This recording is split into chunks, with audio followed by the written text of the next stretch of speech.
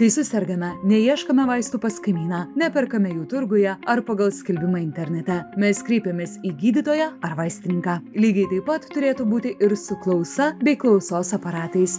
Klausos aparatas nėra buitinė prekė, tai yra medicininė priemonė, kuri yra parenkama remiantis audiologiniais tyrimais. Tai yra audiograma, klausos sutrikimo laipsniu, tipu, taip pat remiantis žmogaus gyvenimo būdu, net ir tokiais aspektais kaip rega, smulkioji pirštų motorika, net ir kas yra svarbiausia, išorinė ausies landa. Kalbant apie smulkiąją motoriką, labai yra svarbu pabrėžti, ar žmogus sugebės įsidėti klausos aparatą.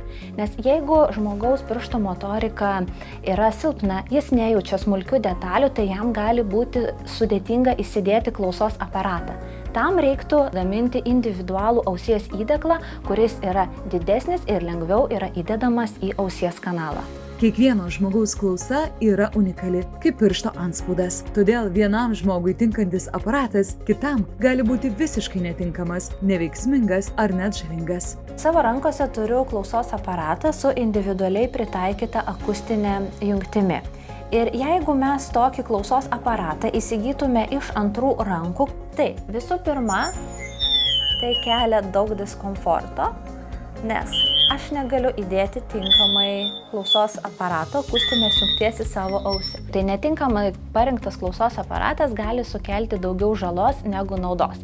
Tai nesenai turėjome atvejį, kai klientas atvyko į klausos centrą, įsigijęs klausos aparatą iš skelbimų, iš antrų rankų. Ir jisai jį bandė įsidėti į ausį ir jam nepavyko. Jis skundėsi, kad man blogai, čia man skauda, aš nieko nesuprantu ir kas svarbiausia, aš negaliu įsidėti to klausos aparato į ausis. Todėl yra labai svarbu konsultuoti su klausos protezavimo specialistais dėl tinkamo parinkimo. O dabar parodysiu, kaip turėtų būti. Tai turiu klausos aparatą su pagaminta pagal mano ausį akustinė jungtim. Šis individualiai pritaikytas įdeglas pagal mano ausį lengvai įsideda į ausies kriauklę. Klausos aparatas girdim, jog nešvilpia ir aš girdžiu švariai, aiškiai ir be jokio diskomforto. Klausos aparato nereikėtų rinktis ir pasitikint dabar itin populiariu dirbtiniu intelektu. Taip pat atkreipiame dėmesį, kad garso stiprintuvai nėra klausos aparatai. Garso stiprintuvas nėra klausos aparatas. Įsivaizduokite, kad į ausį įsidedate mažą kolonėlę, kuri visus garsus stiprina vienodai. Garso stiprintuvai ne tik kalbą, bet ir visą pašalinį triukšmą sustiprina vienodai. Staigiai užsitrenkiančias duris, dūžtančio puodelio garsą, pravažiuojančio sunkvežimio dundėjimą. Tokie staigus nekontroliuojami garsai gali dar labiau pakenkti klausai. Be to, dažnai klausos sutrikimai pasireiškia aukštose dažniuose, ten, kur mes girdime kalbos aiškumą. O sustiprinus visus garsus vienodai, ta kalba netampa aiškesnė. Analoginiai garso stiprintuvai neturi šiuolaikinių technologijų, kurios gerintų gyvenimo kokybę. Jie neturi vėjo kontrolės, todėl netramus pasivaikščiojimas prie jūros gali virsti nuolatiniu varginančiu triukšmu. Taip pat neturi švilpimo kontrolės, todėl gali atsirasti nuolatinis aukštas cypimas, varginantis ne tik žmogų, bet ir aplinkinius. O šiuolaikiniai aparatai turi labai daug technologijų. Pavyzdžiui, švilpimo kontrolė, vėjo kontrolė, o svarbiausia, jie yra visiškai nematomi. Tikrai nieko nesimato. Aha, tikrai nieko nesimato. Puikiai atrodo.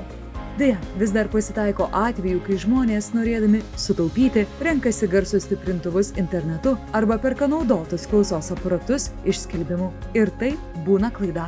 Dažniausiai taip elgiasi žmonės, kurie nori padėti savo sunkiai judantiems artimiesiems. Ir šiai problemai spręsti Opera klausos centras teikia paslaugą, kuri yra aptarnavimas namuose. Klausos protezavimo specialistas gali atvykti į namus, apžiūrėti ausis, atlikti klausos tyrimą bei pritaikyti tinkantį klausos aparatą.